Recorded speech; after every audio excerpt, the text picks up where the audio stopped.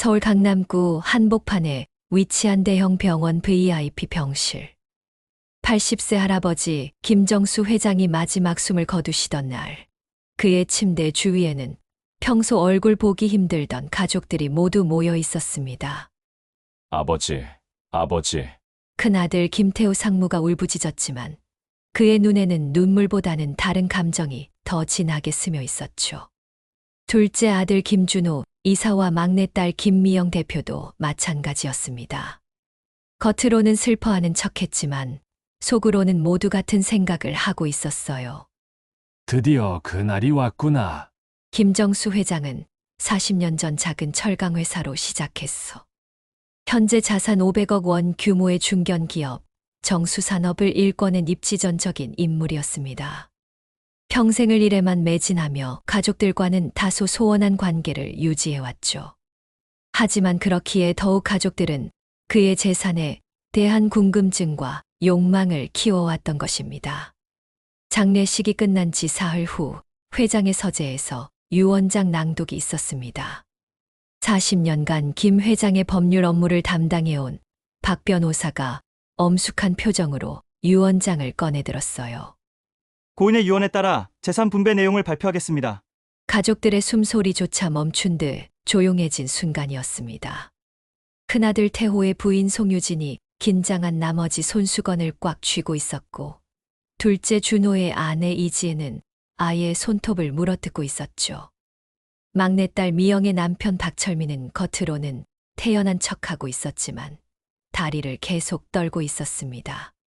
첫째, 회사 지분 60%는 큰아들 김태호에게. 역시 태호가 속으로 쾌재를 불렀습니다. 하지만 박 변호사의 말은 거기서 끝나지 않았어요. 단, 3년 내에 회사 매출을 현재의 150% 이상 달성하지 못할 경우 해당 지분은 자동으로 둘째 아들 김준호에게 이전됩니다. 태호의 얼굴이 순식간에 굳어졌습니다. 준호는 놀란 표정을 감추지 못했죠. 둘째, 강남 본가 부동산과 여의도 오피스텔 열채는 둘째 아들 김준호에게 상속합니다. 단, 큰형을 도와 회사 경영에 적극 참여해야 하며 그렇지 않을 경우 해당 부동산은 사회에 기부됩니다. 이번엔 준호의 아내 지은이 화들짝 놀랐어요. 남편의 팔을 꼬집으며 뭔가 속삭였습니다. 셋째, 제주도 펜션과 현금 50억 원은 막내딸 김미영에게 상속합니다. 단, 향후 10년간 매년 가족 모임을 주관하고 형제들 간의 화합을 도모해야 합니다. 이를 어길 시 상속재산은 회수됩니다. 미영이 입을 다물지 못했습니다. 현금 50억은 예상보다 많았지만 가족 화합이라는 조건이 발목을 잡을 것 같았거든요. 마지막으로 이 모든 조건들을 감시하고 판단할 권한은 고인이 신뢰하는 박 변호사에게 일임합니다. 또한 3개월 후 추가 유언장이 공개될 예정입니다. 추가 유언장이요? 태호가 벌떡 일어났습니다. 네, 고인께서는 3개월 후 가족들의 진짜 모습을 보고 나서 최종 결정을 내리겠다고 하셨습니다. 그 순간 서재는 정적에 휩싸였습니다. 각자의 머릿속으로는 복잡한 계산이 돌아가고 있었죠. 겉으로는 화목한 가족을 연기해야 하지만 속으로는 서로를 견제해야 하는 이상한 게임이 시작된 것입니다. 유언장 낭독이 끝나고 집으로 돌아가는 길, 각 가족들은 나름의 전략을 세우기 시작했습니다. 태호는 회사 매출을 올리기 위해 무슨 수를 써서라도 준호의 방해를 막아야겠다고 다짐했고, 준호는 형의 경영 실패를 유도하면서도 겉으로는 협력하는 척해야 한다는 모순적인 상황에 빠졌습니다. 미영은 가장 복잡한 심정이었어요. 50억이라는 거액은 탐이 났지만 앞으로 10년간 이 험악한 형제들 사이에서 중재자 역할을 해야 한다니.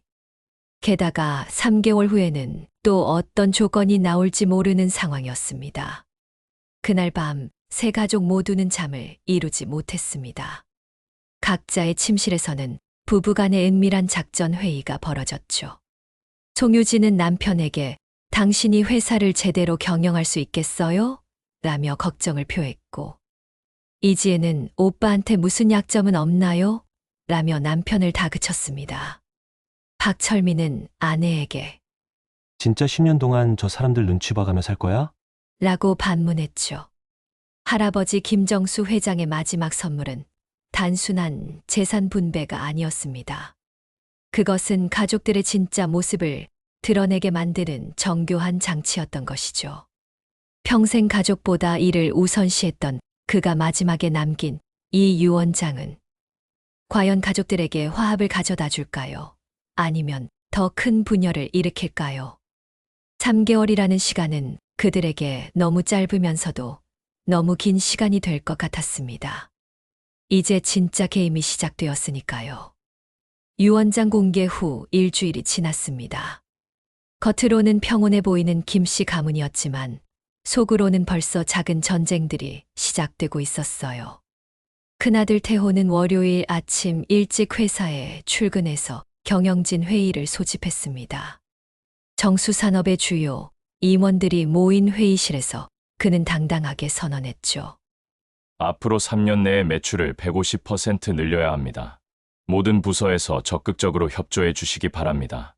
하지만 그의 목소리에는 자신감보다는 조급함이 더 많이 배어 있었어요.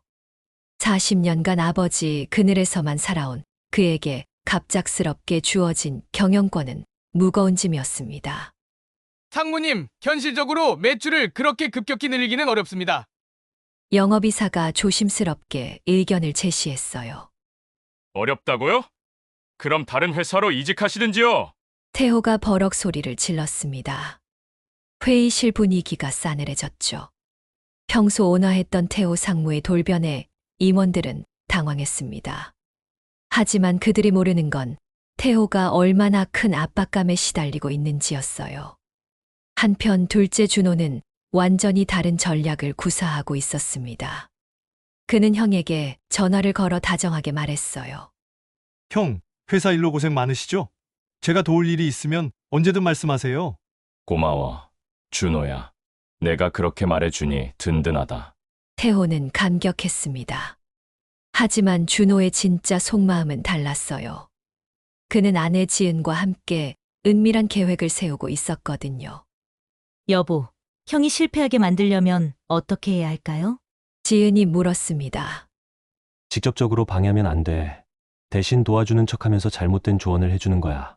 예를 들어 무리한 투자를 부추긴다던가. 그들의 첫 번째 작전은 금요일 저녁 가족 모임에서 시작되었습니다. 미영이 주관한 이 모임은 할아버지 유언장의 조건을 지키기 위한 것이었죠. 형님, 요즘 회사 매출을 올리려고 고생이 많으시다면서요? 준호가 관심 있는 척 물었습니다. 응, 쉽지 않더라고. 기존 거래처들은 이미 포화 상태고. 태호가 한숨을 쉬었어요. 그럼 새로운 사업 분야에 진출해 보시는 게 어때요? 요즘 IT 분야가 핫하다던데. 저희 회사 거래처 중에 좋은 스타트업이 있어요. 투자하면 대박 날 수도 있을 것 같은데. 태호의 눈이 반짝였습니다. 정말. 어떤 회사인데? 퓨처테크라는 곳이에요. AI 기술로 제조업 자동화 솔루션을 만드는데 정말 혁신적이더라고요. 다만 초기 투자금이 좀 많이 들어가긴 하지만 사실 준호가 말한 퓨처테크는 그가 미리 조사해 본 결과 망할 가능성이 높은 회사였어요. 하지만 겉으로는 성장 가능성이 있어 보이게 포장된 곳이었죠. 얼마나 들어가는데? 태호가 관심을 보였습니다. 20억 정도요. 하지만 성공하면 몇 배로 돌아올 거예요. 미영이 걱정스럽게 끼어들었어요. 오빠들, 투자는 신중하게 하셔야 해요. 너무 위험한 거 아니에요? 미영아, 넌 사업을 몰라서 그래. 때로는 과감한 투자가 필요한 법이야. 태호가 자신 있게 말했습니다. 준호는 속으로 쾌재를 불렀어요. 형이 자신의 함정에 걸려들고 있었거든요. 그런데 이 모든 대화를 지켜보던 미영의 남편 박철민이 뭔가 이상함을 느꼈습니다. 그는 IT 업계에서 일해본 경험이 있어서 퓨처테크라는 회사가 실제로는 문제가 많다는 걸 알고 있었거든요. 처형님, 퓨처테크 말씀이신가요? 제가 알기로는 그 회사 최근에 특허 소송에 휘말려서. 아, 그건 경쟁사들의 견제일 뿐이에요. 오히려 그만큼 기술력이 인정받는다는 증거죠. 준호가 재빨리 말을 끊었습니다. 철민은 더 이상 말하지 않았지만 마음속으로는 복잡한 생각이 들었어요. 형님들이 서로 속고 속이는 게임을 하고 있구나. 집으로 돌아가는 길에 미영이 남편에게 물었습니다. 여보, 오늘 오빠들 분위기가 좀 이상하지 않았어요? 그러게, 뭔가 서로 견제하는 것 같더라고. 우리는 조심해야 할 것 같아. 미영도 같은 생각이었어요. 50억과 10년간의 가족 화합이라는 조건 사이에서 그녀는 딜레마에 빠져 있었거든요. 형제들이 이렇게 서로를 견제하는 상황에서 과연 화합을 이끌어낼 수 있을까요?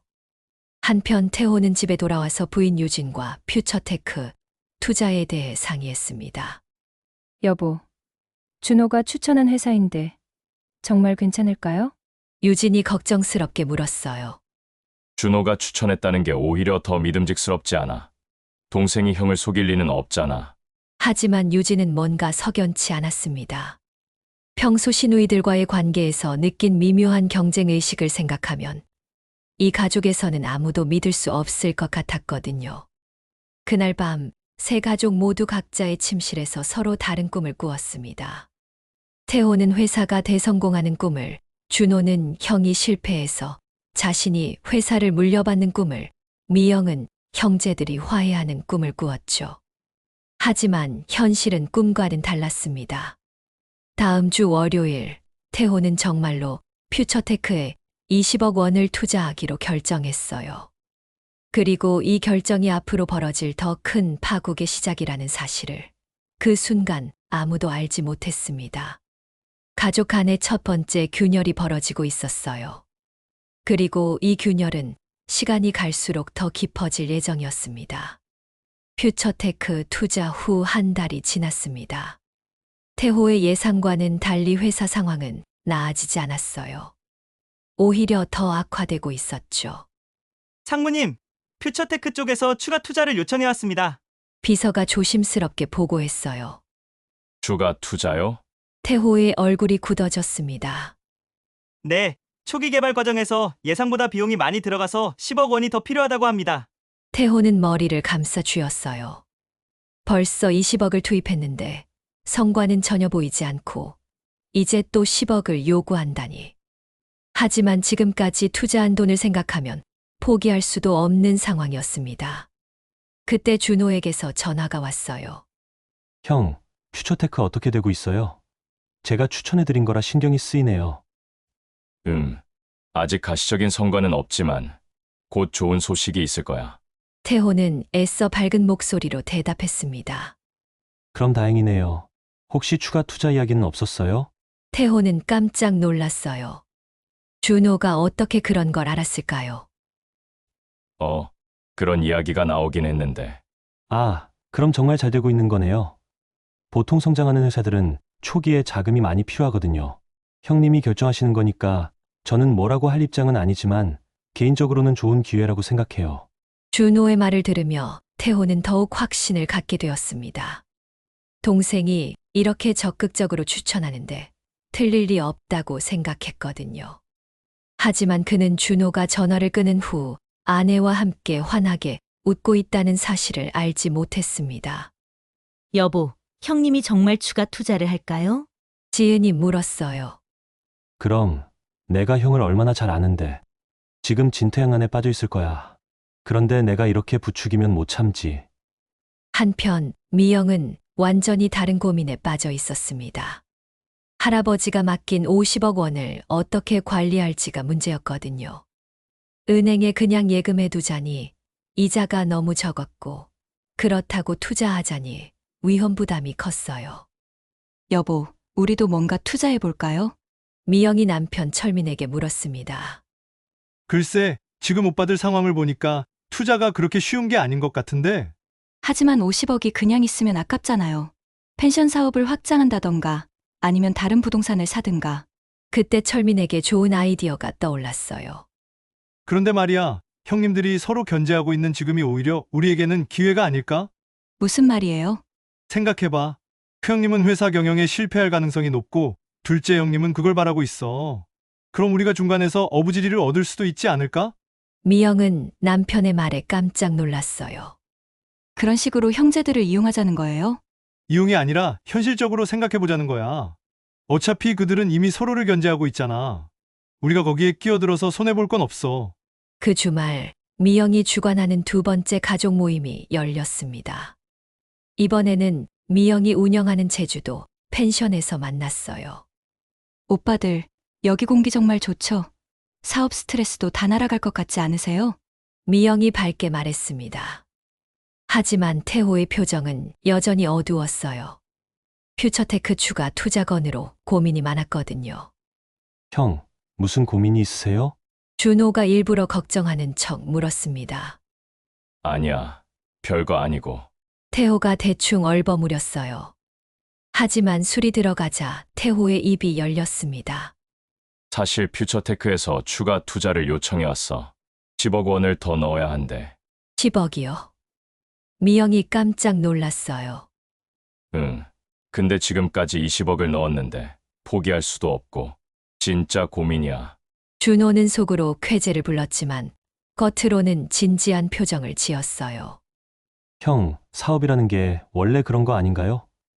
중간에 포기하면 지금까지 투자한 돈이 다 날아가는 거고. 그렇긴 하지만 30억이면 너무 큰 돈이잖아. 그때 철민이 끼어들었어요. 형님, 혹시 자금이 부족하시면 저희가 도와드릴 수도 있어요. 모든 사람의 시선이 철민에게 쏠렸습니다. 무슨 말이야? 태호가 물었어요. 저희가 받은 50억 중에서 일부를 빌려드릴 수도 있다는 말씀이에요. 물론 적정한 이자를 받고 말이죠. 미영은 남편의 갑작스러운 제안에 당황했어요. 사전에 상의도 없었거든요. 정말. 태호의 눈이 반짝였습니다. 네, 가족끼리 서로 도와야죠. 다만 정식으로 계약서를 작성하고 이자율도 은행보다는 조금 높게 책정해야겠지만요. 준호는 이 상황이 마음에 들지 않았어요. 형이 자금을 조달받으면 사업을 계속할 수 있게 되거든요.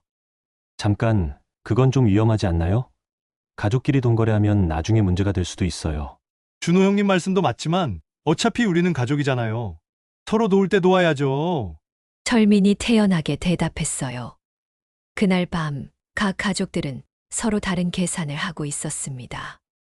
태호는 동생에게서 돈을 빌려서 사업을 계속할 수 있다는 희망을 품었고, 준호는 형의 실패를 막으려는 철민의 개입이 못마땅했어요. 철민과 미영은 50억을 단순히 저축하는 것보다 대출을 통해 이자 수익을 올릴 수 있다는 점에서 의견이 일치했습니다. 하지만 이들 모두가 놓친 게 있었어요. 돈이 개입되는 순간 가족 관계는 돌이킬 수 없이 변질된다는 사실 말이죠. 다음 주 월요일, 태호는 정말로 철민으로부터 10억 원을 빌렸습니다. 연 8%의 이자율로 1년 만기 조건이었어요. 그리고 이 돈은 다시 퓨처테크로 들어갔습니다. 하지만 한 달 후 더 충격적인 소식이 들려왔어요. 퓨처테크가 특허 침해 소송에서 패소하면서 사실상 망하게 된 것입니다. 태호가 투자한 30억 원은 한순간에 휴지 조각이 되어버렸죠. 형님, 이제 어떻게 하실 거예요? 철민이 차분하게 물었습니다. 태호는 대답할 수 없었어요. 회사 경영도 실패하고 있는데 이제 동생에게 빚까지 지게 되었으니까요. 그리고 3개월 후면 할아버지의 추가 유언장이 공개될 예정이었습니다. 돈의 유혹에 빠진 가족들의 관계는 이제 돌이킬 수 없는 강을 건너고 있었습니다. 그리고 이것은 단지 시작에 불과했어요. 퓨처테크 투자 실패 소식이 알려진 후 일주일이 지났습니다. 태호는 회사에서도 집에서도 완전히 위축되어 있었어요. 30억이라는 거액을 날린 충격도 컸지만 더 큰 문제는 철민에게 진 10억 원의 빚이었습니다. 여보, 이제 정말 어떻게 해야 할까요? 아내 유진이 걱정스럽게 물었어요. 모르겠어. 회사 상황도 나아지지 않고 있는데. 태호는 깊은 한숨을 쉬었습니다. 그런데 더 충격적인 사실이 밝혀졌어요. 준호가 퓨처테크를 추천할 때 이미 그 회사의 문제점을 알고 있었다는 것이 드러난 겁니다. 태호의 비서가 우연히 발견한 증권사 보고서에 따르면 준호가 근무하는 투자회사에서는 이미 2달 전에 퓨처테크를 투자 부적격 기업으로 분류해 놓았었거든요. 이게 무슨 말이야? 태호가 보고서를 보며 경악했습니다. 상무님, 이 보고서는 준호 이사님 회사에서 작성한 건데 퓨처테크의 위험성을 명확히 지적하고 있습니다. 태호는 온몸이 부들부들 떨렸어요. 믿었던 동생이 자신을 속였다는 사실이 믿어지지 않았거든요. 그날 저녁 태호는 준호에게 전화를 걸었습니다. 준호야, 퓨처테크 건에 대해서 할 말이 있어. 네. 형, 정말 안 됐어요. 제가 추천해드린 건데 이런 결과가. 너희 회사에서 작성한 보고서 봤어. 퓨처테크가 위험한 회사라는 걸 이미 알고 있었잖아. 전화 너머로 준호의 숨소리가 멈췄습니다. 형, 그게 그게 뭐야? 내가 나를 일부러 함정에 빠뜨린 거 아니야? 아니에요, 형. 정말 그런 게 아니라. 그럼 뭐야? 우연의 일치라고 할 거야? 준호는 더 이상 변명할 수 없었어요. 사실이 드러난 이상 어떤 말을 해도 소용없었거든요. 형, 죄송합니다. 하지만 저도 나름대로는. 나름대로 30억을 날렸는데 나름대로라고? 태호의 목소리가 점점 커졌습니다. 그 순간 준호도 화가 났어요. 어차피 들킨 김에 속마음을 드러내기로 한 겁니다. 형! 그럼 형은 평생 아버지한테만 예쁨 받고 살면서 우리는 생각해 본 적 있어요? 회사 경영도 제대로 못하면서 왜 지분을 60%나 가져가야 해요? 뭐라고? 저는 평생 형 그늘에서만 살아야 해요? 아버지는 죽을 때까지 형만 챙기고 이제는 회사까지 형이 다 가져가고 그럼 저는 뭐가 되는 거예요? 전화기 너머로 두 형제의 격한 목소리가 오갔습니다. 40년 동안 쌓인 감정들이 한순간에 폭발한 것이죠. 그래도 형제끼리 이럴 수는 없잖아. 태호가 소리쳤어요. 형제요? 형이 언제 저를 진짜 형제로 대해줬어요? 항상 자기가 큰아들이라고 후계자라고. 결국 두 사람은 서로 화를 내며 전화를 끊었습니다. 이 모든 상황을 지켜본 미영은 큰 충격을 받았어요. 남편 철민이 전해준 이야기를 듣고는 한동안 말을 못했거든요. 여보, 이제 어떻게 해야 해요? 오빠들이 완전히 등을 돌렸는데. 사실 이런 상황이 우리에게는 더 유리할 수도 있어. 무슨 말이에요? 생각해봐. 큰형님은 이미 사업에 실패했고 둘째 형님은 형을 배신했다는 게 드러났어. 그럼 할아버지의 추가 유언장에서는 우리가 더 많은 걸 받을 수도 있지 않을까? 미영은 남편의 말에 약간 불쾌감을 느꼈어요. 그렇게 계산적으로 생각하는 게 맞나요? 계산적이 아니라 현실적이야. 어차피 오빠들은 이미 서로 싸우고 있잖아. 우리가 거기에 끼어들어서 손해볼 건 없어. 하지만 미영의 마음은 복잡했습니다. 50억과 10년간의 가족 화합이라는 조건을 생각하면 오빠들이 이렇게 싸우는 상황에서 자신의 역할이 무엇인지 고민이 되었거든요. 그런데 더 큰 문제가 기다리고 있었어요. 태호가 철민에게 진 10억 원의 빚 때문에 새로운 갈등이 시작된 것입니다. 형님, 약속하신 대로 이자를 지급해 주셔야 하는데요. 철민이 정중하게 말했어요. 지금 회사 상황이 좋지 않아서 조금만 기다려줄 수 있을까? 형님, 저희도 그 돈을 운용할 계획이 있어서요. 약속은 지켜주셔야죠. 태호는 답답했어요. 회사 경영은 실패하고 있고 동생과는 사이가 틀어졌고 이제는 막내 사위까지 빚을 독촉하고 있으니까요. 철민아, 우리가 가족 아니야. 이런 상황인데 조금 배려해 줄 수는 없는 거야? 형님, 가족이니까 더욱 정확하게 해야 하는 거 아닌가요? 감정과 비즈니스는 분리해야죠. 그 말을 들은 태호는 화가 났어요. 평소 조용했던 철민이 갑자기 이렇게 냉정하게 나오니 당황스러웠거든요. 그래, 좋아. 비즈니스라고. 그럼 나도 비즈니스로 하자. 태호는 그날부터 가족들과 연락을 끊었습니다. 더 이상 이들과 지낼 이유가 없다고 생각했거든요. 하지만 준호도 만만치 않았어요. 형이 회사 경영에 실패하고 있다는 소문을 의도적으로 퍼뜨리기 시작한 것입니다. 정수산업의 거래처들에게 은근히 요즘 태호 상무가 경영을 제대로 못하고 있다는 식의 이야기를 흘렸어요. 준호 이사님, 정수산업 상황이 안 좋다던데 정말인가요? 한 거래처 사장이 물었습니다. 글쎄요. 제가 확실히 말씀드릴 수는 없지만 최근에 무리한 투자로 손실이 컸다고 들었어요. 이런 식으로 소문이 퍼지자 정수산업의 거래처들이 하나둘 떨어져 나가기 시작했어요. 태호는 이유를 알 수 없었지만 회사 상황은 점점 더 악화되었습니다. 그러던 어느 날 태호에게 충격적인 소식이 들려왔어요. 준호가 몰래 정수산업의 주요 거래처 3곳과 접촉해서 자신의 회사로 거래를 옮기도록 설득했다는 것이었습니다. 상무님, 이건 너무 심한 거 아닙니까? 영업이사가 분개했어요. 준호가 정말 그랬다고? 네. 김 사장님께서 직접 말씀하시더라고요. 준호 이사님이 와서 형님 회사는 곧 망할 테니 우리와 거래하는 게 안전하다고 했다더군요. 태호는 더 이상 참을 수 없었어요. 동생이 단순히 자신을 속인 게 아니라 아예 회사를 망하게 만들려고 적극적으로 방해 공작을 벌이고 있었던 거죠. 그날 저녁 태호는 준호의 회사로 찾아갔습니다. 준호야, 나와. 형, 여기 왜? 거래처들한테 뭐라고 했어? 준호는 더 이상 숨길 필요를 느끼지 않았어요. 어차피 들킬 일이었으니까요. 형이 경영을 제대로 못한다고 했어. 사실이잖아. 사실. 태호가 주먹을 불끈 쥐었습니다. 그래, 사실이야. 형은 아버지 덕분에 그 자리에 있는 거지 실력으로 된 게 아니라고. 너 지금 뭐 때릴 거야? 그래봤자 달라지는 건 없어. 이 형은 이미 실패했어. 그 순간 태호가 준호의 멱살을 잡았어요. 40년 형제가 처음으로 주먹 다짐을 할 뻔한 순간이었죠.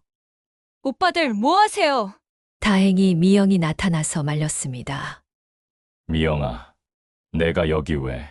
오빠들이 싸운다는 소식을 듣고 왔어요. 이게 뭐 하는 짓이에요? 하지만 이미 돌이킬 수 없는 선을 넘어버린 상태였어요.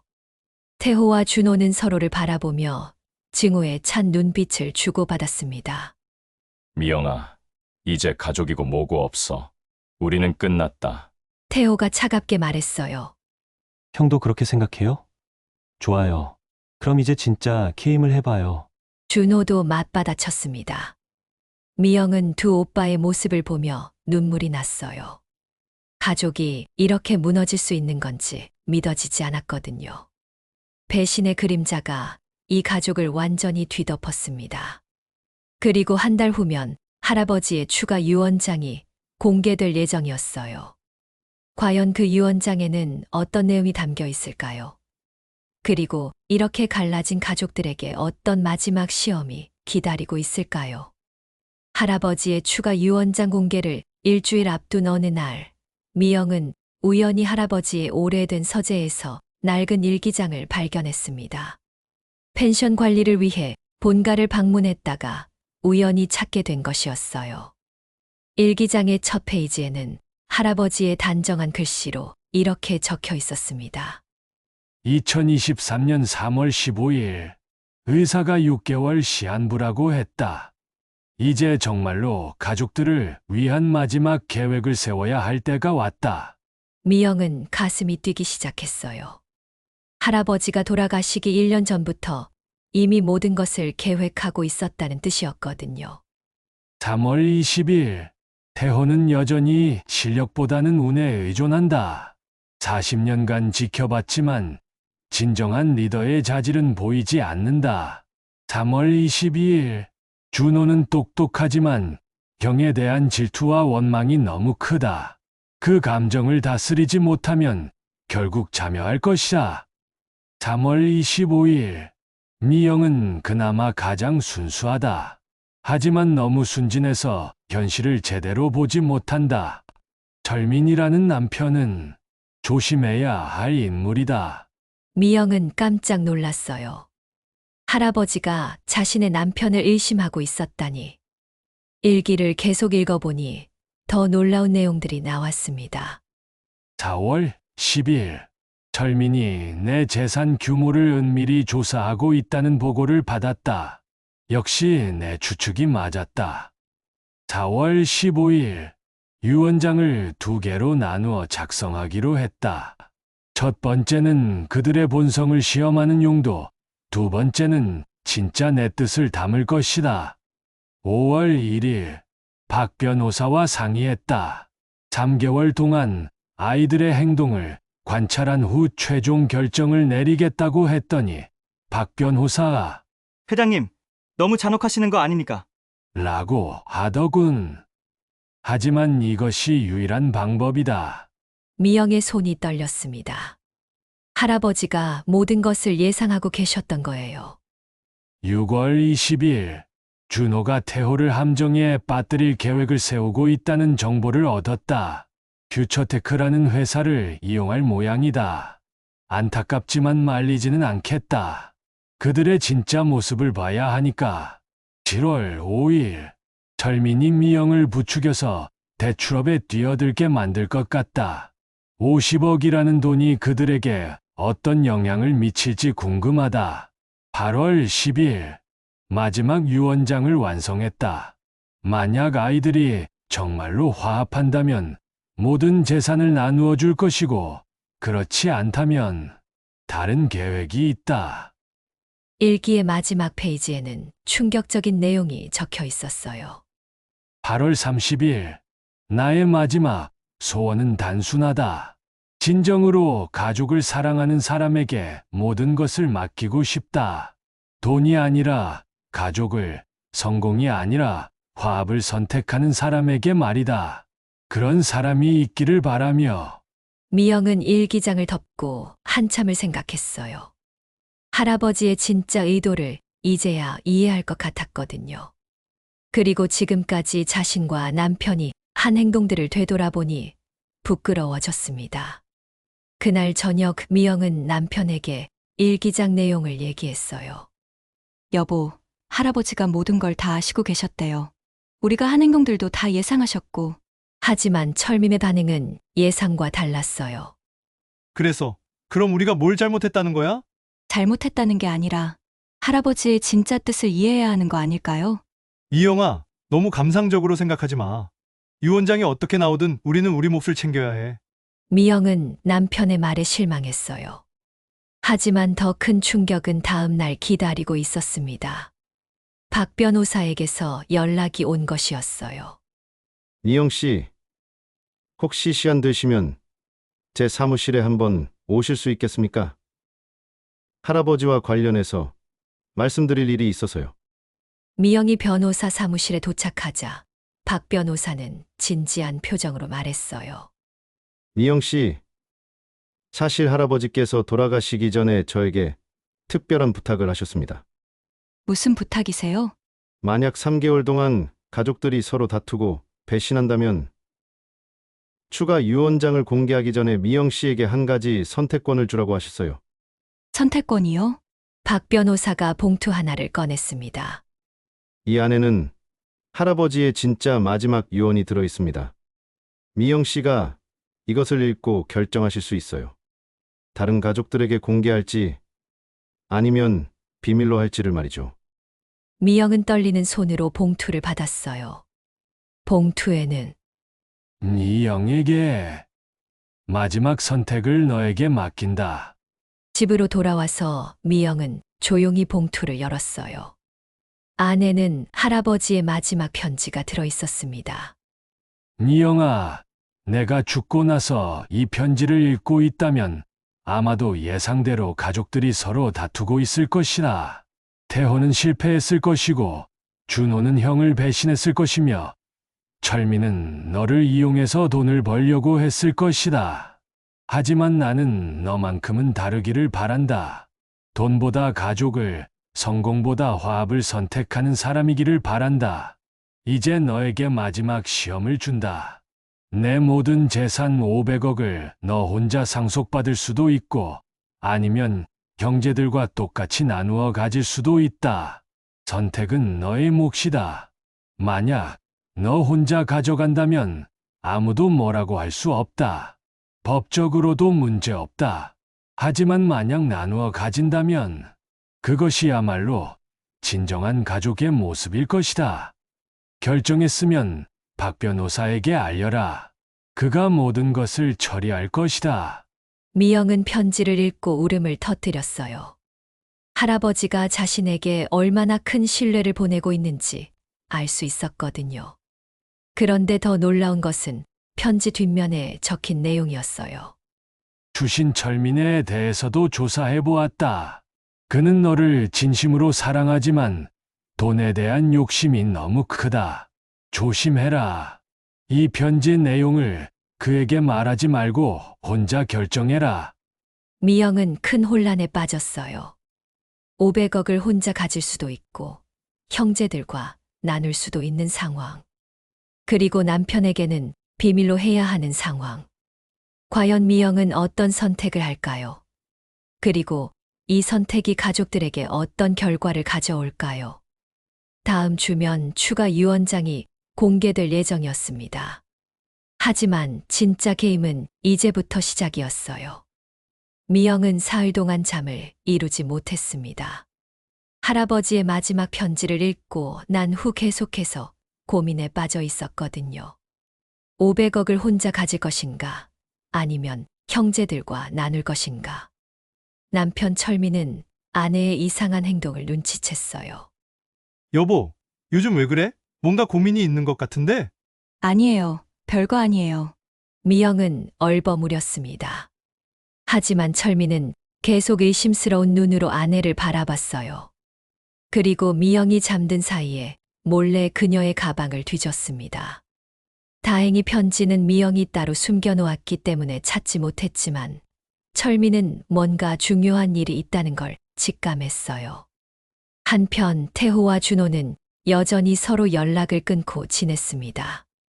태호는 회사 경영 악화로 인해 점점 더 절망적인 상황에 빠져 있었고, 준호는 형의 실패를 지켜보며 은밀히 쾌재를 부르고 있었죠.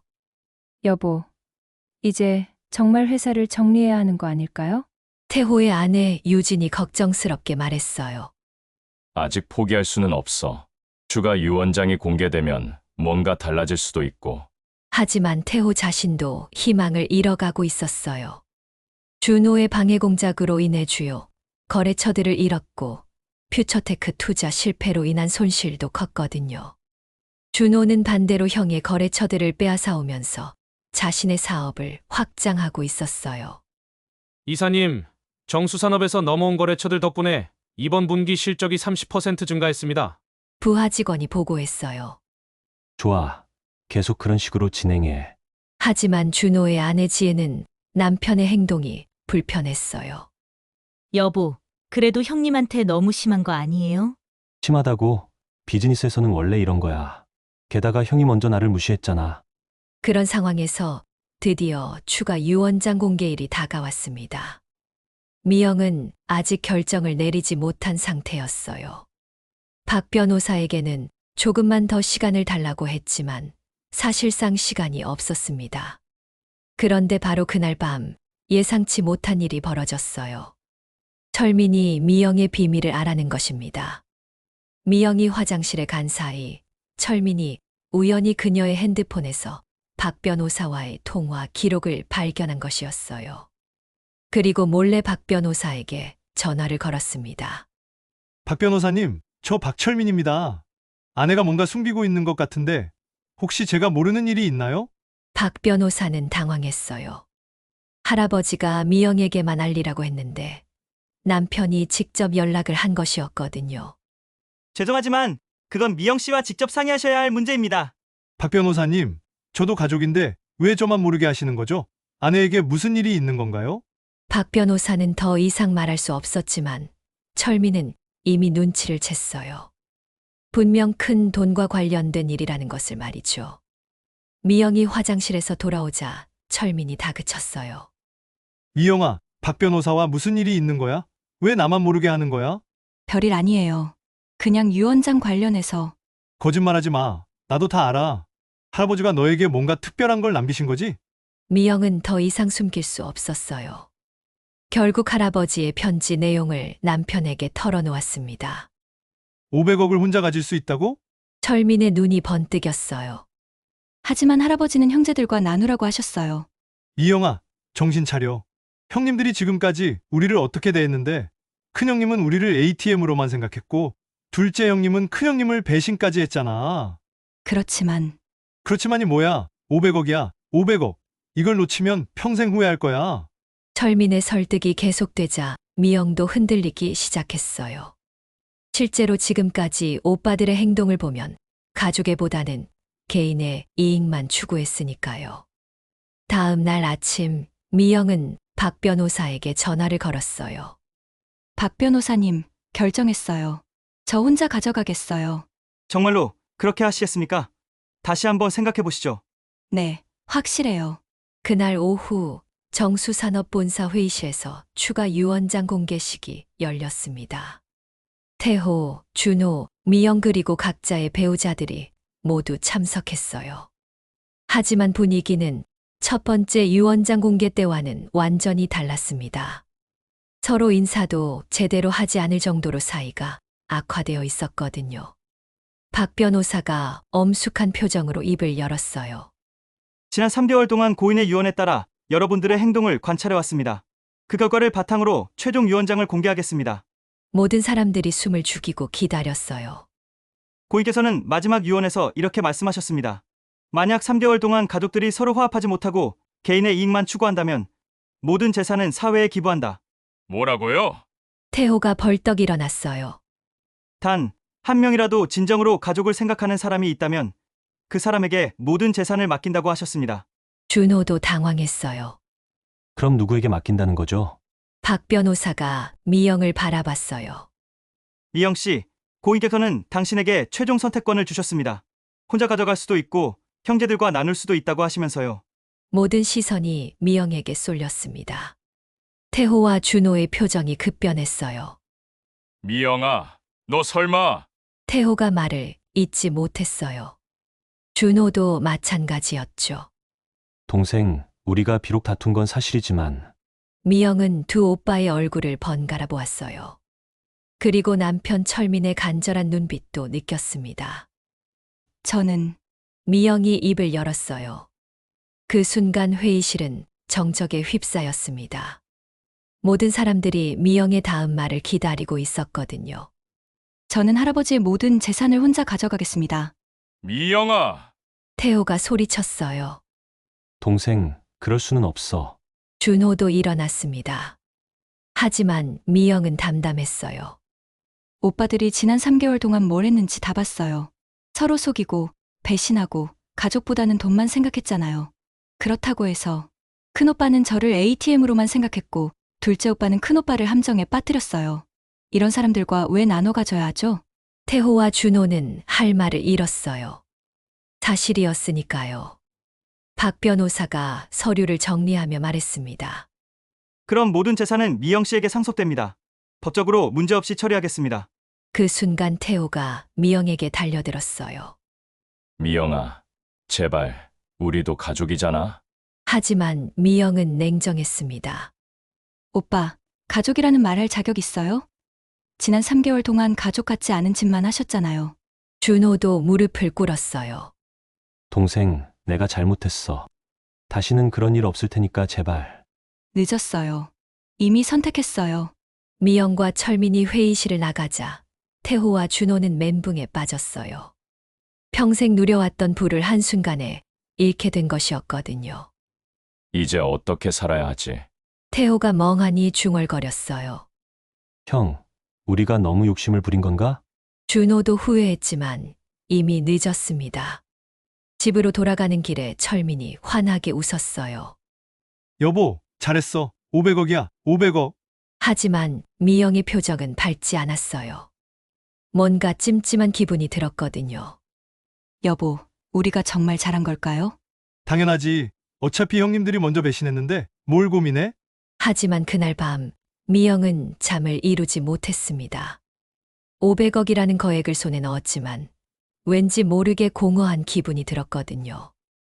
그리고 며칠 후 미영은 충격적인 사실을 알게 되었어요. 철민이 이미 그 돈으로 투자 계획을 세우고 있었고 심지어 다른 여자와 바람을 피우고 있었다는 것을 말이죠. 돈을 얻었지만 가족을 잃고 남편의 진짜 모습까지 알게 된 미영. 과연 그녀의 선택이 옳았을까요? 미영이 500억을 혼자 차지한 지 한 달이 지났습니다. 하지만 그녀가 기대했던 행복은 찾아오지 않았어요. 오히려 더 큰 고통이 기다리고 있었거든요. 먼저 남편 철민의 진짜 모습이 드러났어요. 돈을 손에 넣자마자 그는 완전히 다른 사람이 되었습니다. 여보, 이 돈으로 해외 부동산 투자를 해볼까? 철민이 제안했어요. 아직 너무 이른 것 같은데요. 차근차근 계획을 세워봐요. 미영아, 지금이 기회야. 망설이면 늦어. 하지만 미영이 우연히 남편의 핸드폰을 보게 되면서 충격적인 사실을 알게 되었어요. 철민이 다른 여자와 메시지를 주고받고 있었던 것입니다. 여보가 500억 받았어. 이제 우리 계획대로 진행하면 돼. 정말? 그럼 이제 이혼하고 나랑 결혼할 거지? 당연하지. 조금만 더 기다려줘. 미영은 온몸이 떨렸어요. 남편이 자신을 이용해서 돈을 빼앗으려 했던 거였거든요. 그날 밤 미영은 철민을 추궁했어요. 여보, 김수진이 누구예요? 철민의 얼굴이 굳어졌어요. 어떻게 그걸? 핸드폰 봤어요. 당신이 저를 이용해서 돈만 빼앗으려 했다는 것도 다 알고 있어요. 철민은 더 이상 숨기지 않았어요. 그래, 맞아. 나는 처음부터 너의 돈이 목적이었어. 할아버지가 돈이 많다는 걸 알고 결혼한 거야. 10년 동안 저와 함께한 시간이 다 거짓말이었다는 거예요. 거짓말까지는 아니지만 사랑보다는 돈이 더 중요했던 건 사실이야. 미영은 크게 절망했어요. 가족도 잃고 남편의 배신까지 당하게 된 거니까요. 한편 태호와 준호도 각각 힘든 시간을 보내고 있었습니다. 태호는 결국 회사를 정리해야 했어요. 퓨처테크 투자 실패와 거래처 이탈로 인해 더 이상 경영을 지속할 수 없었거든요. 여보, 이제 정말 어떻게 살아야 할까요? 아내 유진이 눈물을 흘렸어요. 미안해, 유진아. 내가 너무 욕심을 부렸나 봐. 지금 후회해도 소용없어요. 미영이한테 가서 빌어봐요. 하지만 태호는 자존심이 허락하지 않았어요. 동생에게 빌어서 돈을 받을 수는 없었거든요. 준호는 형의 거래처를 빼앗은 것은 성공했지만 그 과정에서 업계의 평판이 크게 손상되었어요.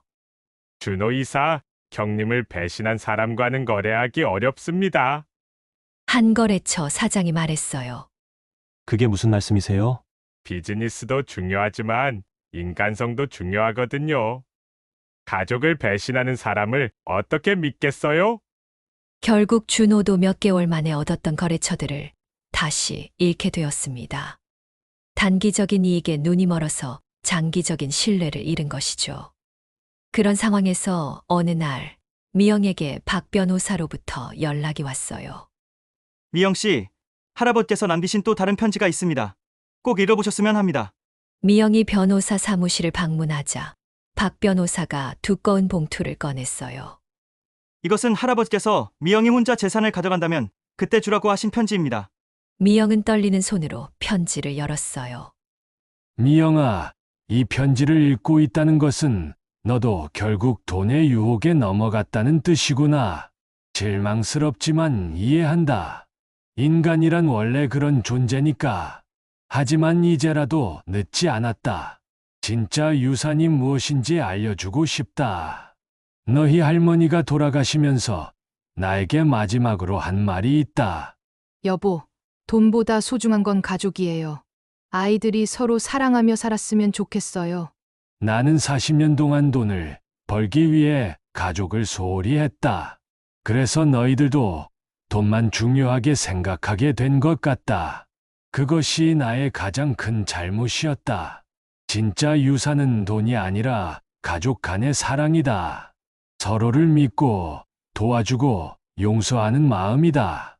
500억을 다 써도 이런 마음은 살 수 없다. 지금이라도 늦지 않았다. 형제들에게 용서를 구하고 다시 가족이 되어보자. 그것이 할아버지의 진짜 소원이다. 그리고 철민에 대해서도 다시 생각해봐라. 그가 너를 진심으로 사랑한다면 돈이 없어도 너와 함께 할 것이다. 만약 그렇지 않다면 그런 사람과는 함께 할 필요가 없다. 편지를 다 읽고 난 미영은 펑펑 울었어요. 할아버지의 진짜 뜻을 이제야 이해할 수 있었거든요. 집으로 돌아가는 길에 미영은 많은 생각을 했어요. 지난 몇 달 동안 자신이 한 행동들을 되돌아보니 부끄러웠습니다. 돈에 눈이 멀어서 정말 소중한 것들을 잃고 있었던 거예요. 그날 밤 미영은 철민에게 말했어요. 여보, 이혼해요. 갑자기 왜 그래? 내가 바람핀 것 때문에? 그럼 김수진과는 끝낼게. 그런 게 아니에요. 당신은 저를 사랑한 게 아니라 돈을 사랑했어요. 그런 관계로는 더 이상 살 수 없어요. 이영아, 정신 차려. 500억을 포기할 거야? 네, 포기할게요. 대신 진짜 소중한 걸 찾을 거예요. 다음 날 미영은 큰오빠 태호에게 전화를 걸었어요. 오빠, 저예요. 한번 만날 수 있을까요? 미영아, 너 왜? 사과하고 싶어요. 제가 너무 잘못했어요. 태호는 깜짝 놀랐어요. 예상하지 못한 동생의 연락이었거든요. 그날 오후 세 남매는 할아버지가 자주 가시던 공원에서 만났어요. 서로 어색해했지만 미영이 먼저 입을 열었습니다. 오빠들, 정말 죄송해요. 제가 돈에 눈이 멀어서 가족을 포기했어요. 미영아, 태호가 말을 잇지 못했어요. 나도 미안해, 동생. 내가 먼저 잘못했어. 준호도 고개를 숙였습니다. 오빠들, 할아버지의 진짜 유산을 찾았어요. 돈이 아니라 우리가 서로 사랑하는 마음이었어요. 미영은 500억을 세 남매가 똑같이 나누어 갖자고 제안했어요. 그리고 앞으로는 정말 가족답게 살자고 했습니다. 정말. 태호가 믿어지지 않는다는 표정이었어요. 네, 정말이에요. 돈보다 소중한 게 가족이라는 걸 깨달았어요. 그날부터 세 남매는 다시 가까워지기 시작했어요. 매주 함께 모여서 식사를 하고 서로의 고민을 나누며 진짜 가족의 모습을 되찾아갔습니다. 태호는 받은 돈으로 작은 회사를 새로 시작했고, 이번에는 욕심 부리지 않고 천천히 키워나갔어요. 준호는 형에게 진심으로 사과하고 형의 새 사업을 도왔습니다. 미영은 철민과 이혼한 후 혼자 펜션을 운영하며 평안한 삶을 살았어요. 1년 후 세 남매는 할아버지 제사를 지내며 이런 대화를 나눴어요. 할아버지, 이제야 할아버지의 진짜 뜻을 알 것 같아요. 미영이 말했습니다. 그러게, 돈보다 소중한 게 가족이라는 걸 깨닫게 해주셨네. 태호가 고개를 끄덕였어요. 우리가 너무 어리석었어. 할아버지께서 가르쳐주고 싶었던 게 바로 이거였구나. 준호도 감회에 젖었습니다. 할아버지의 유산을 두고 벌어진 가족의 민낯은 결국 서로의 진짜 사랑을 확인하는 과정이었어요. 돈이 가져다 준 시험을 통해 이들은 정말 소중한 것이 무엇인지 깨달을 수 있었습니다. 진짜 유산은 500억이 아니라 서로를 향한 사랑이었던 거죠. 그리고 그 사랑을 되찾은 세 남매는 할아버지가 진정 원했던 화목한 가족의 모습으로 살아갈 수 있게 되었습니다. 할아버지 김정수 회장의 마지막 가르침은 이렇게 완성되었어요. 돈은 잃어도 되찾을 수 있지만 가족을 잃으면 영원히 후회한다. 오늘의 사연 재미있고 만나게 들으셨나요? 사연자분께 해주고 싶으신 말씀 있으시면 댓글 부탁드리고 구독과 좋아요를 누르시면 여러분께 행운이 찾아올 거예요. 그럼 다음 사연에서 만나 뵙겠습니다. 감사합니다.